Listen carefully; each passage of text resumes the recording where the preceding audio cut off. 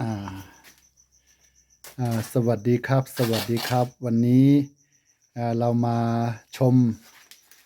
การทำข้าวต้มนะครับผมของอุ้ยถวยนะทางข้าวต้มอุ้ยถวยเอ่อยายถวยเดี๋ยวเฮ็ด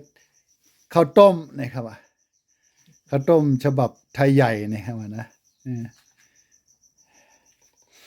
อันนี้ครับอันดับแรกก็หมักข้าวเหนียวไว้ก่อนเนาะเออหมัก หมาไว้ให้อิ่หมาเขาเรียกหมาข้าวเหนียวแปลว่าการหมักข้าวเหนียว เอาข้าวเหนียวแช่น้ำไว้ก่อนนะครับผม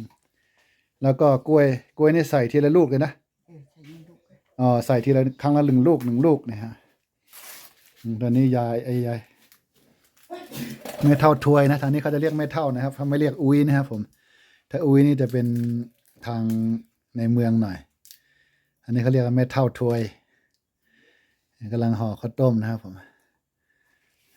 ข้าวต้มก็ไม่ได้ผ่าซีกหรือเขาเอากล้วยลูกเล็กนะครับเขาจะเอาข้าวต้มเอากล้วยลูกใหญ่ๆเนาะลูกใหญ่ๆทีเดียวเลยคำพอเป็นนุชทะเลาะกันที่ไหนนี่นะเขาได้กองใครเฮ็ดอ๋อเขาบอกว่ามี2แบบอีกแบบหนึ่งอันนี้กล้วยกับข้าวเหนียวอยู่กันคนละที่อีกแบบหนึ่งคือเขาจะนวดเขาเรียกนวดข้าวเหนียวนวดกล้วยให้มันเละๆเนาะให้มันเดียวๆไอ้เออนุชเข้ากันนวดกล้วยให้มันเละๆแล้วก็ให้มันผสมเข้ากับข้าวเหนียวเลย แล้วก็ทำเป็นลูกเหมือนกันนี่แหละครับผมนี่ก็อีกแบบหนึ่งคนละแบบห่อใบห่อใบตองไป2 ชั้นนะครับผมโอ้ท้องภาพ2 ทาบนะครับผม2 ทาบนี่แปลว่าห่อ2 ชั้นนะครับผมห่อ2 ชั้นนี่นะครับผมก็มีทำเขามักคือกันคราวนี้เอามามัดมาประกบกันนะครับผมเอามากึกกัน แปลว่าเอามาประกบกันนะครับ2 ลูกเราดูแล้วลูกใหญ่ขนาดนี้ คนเดียวนี่ก็ลูกเดียวก็น่าจะอยู่เลยนะครับผมอิ่มนะ ก็เลียวได้อิ่มลูกใหญ่ลูกใหญ่มันจะไม่เหมือนข้าวต้มเราทางภาคกลางนะครับผมเพื่อเป็นเฮ็ดแดงใจเป็นเฮ็ดเล็กลูกเล็กๆนี่โหนี่ครับ1 ลูกเนี่ยโหไม่อยากจะพูดเลยดูเทียบกับมือครับผมถ้ากินหมด2 ลูกถ้ากินหมด1 มัดนี่ก็ ไม่ต้องกินข้าวกันทั้งวันนะอิ่มทั้งวัน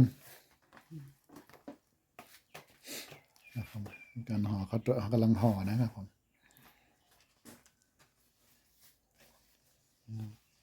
ใบตอง2 ชั้นนะครับผมใบตองใช้ใบตอง2 ชั้นฮะนี่ฮะกล้วยเป็นลูกนะครับผมเป็นดูไว้หน่อยเลยผ่าครึ่งนะผ่าครึ่งก็ได้อยู่เนาะไหลมันโคตรเจียมจริงนะเขาบอกว่าถ้าผ่าครึ่งแล้วมันไม่ค่อยหวานไม่ค่อยอร่อยเท่าไหร่มันจางไงมันจะจืดใช่ป่ะงั้นจางนี่แปลว่าจืดนะครับผมเพื่อเขาเรียกว่าจางเขาว่ามันจืดนี่ว่ะมันก็กว่ากันกรรมมันเหมือนกันภาษามันจะแปลกกันนิดนึง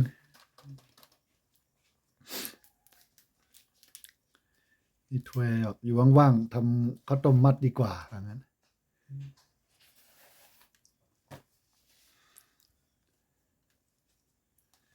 มีข้าวเหนียวกับกล้วยเนี่ยนะมันเลยใส่กะทิเนาะ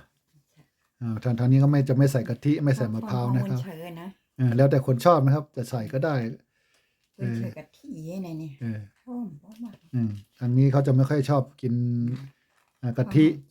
ไม่ชอบกินไม่ชอบกินกะทิแล้วไม่ชอบกินหวานนะครับผม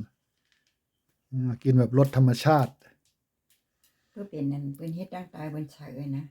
เขาหอมมากเนี่ยกินเพื่อสุขภาพอาหารเพื่อสุขภาพนะข้าวเหนียว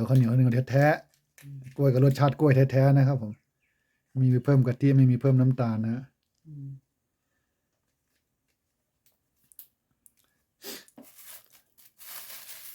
การมัดก็ประมาณนี้เราชมการมัดไป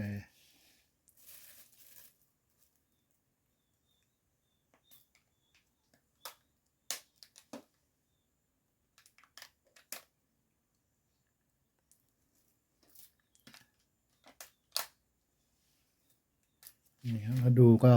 ประมาณนี้นะครับผมโอ้โหฮะมือผมแล้วกันมือผมใหญ่นะครับเนี่ยโอ้ใหญ่กว่ามือผมอีก1 ลูกใหญ่ก็ อิ่มครับ เน้นอิ่ม อร่อยอิ่มนะครับผมเน้นอย่างนี้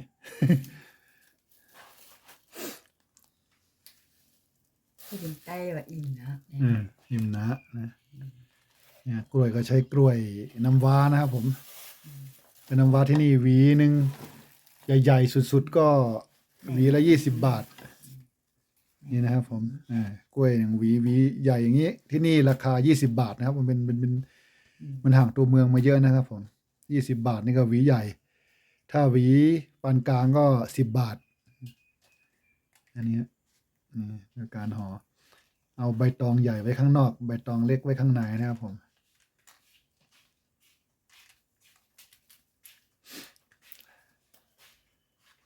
นี่ขั้นตอนการทำก็ประมาณนี้นะครับ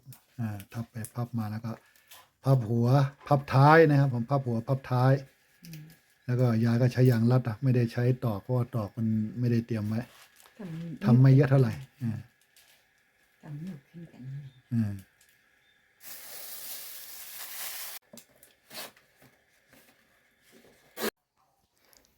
ตอนนี้ข้าวต้มเราก็ได้เป็นข้าวต้มมัดแล้วนะครับผมกล้วย1 หวี ได้ข้าวต้ม นี่ มา ก็เป็นข้าวต้มที่ห่อ 1 2 3 เสร็จ 4 แล้วนะครับ 5ได้มา5 มัด ข้าวต้ นะครับ ที่ ผ ห่อ ม เสร็จแล้ว หลังจากได้มา5 มัดแล้วก็คราวนี้ก็เอาไปต้มนะครับ นี่ เอาไปต้มให้สุก เดียว แล้ว แล้ว ก็จะได้ข้าวต้มมัดแล้วนะครับ เสร็จ ผม ยาข้าวต้มไทยใหญ่ เอาไป นะ ต้มให้สุกนะค ได้ รับผม 1 2 3 ก็ 4 กะ 5 ระยะ เล เวย ลา ได้ เพราะว่า 5 มัด แล้วแต่ใส่ข้าวเหนียวน้อยหรือมากนะครับผม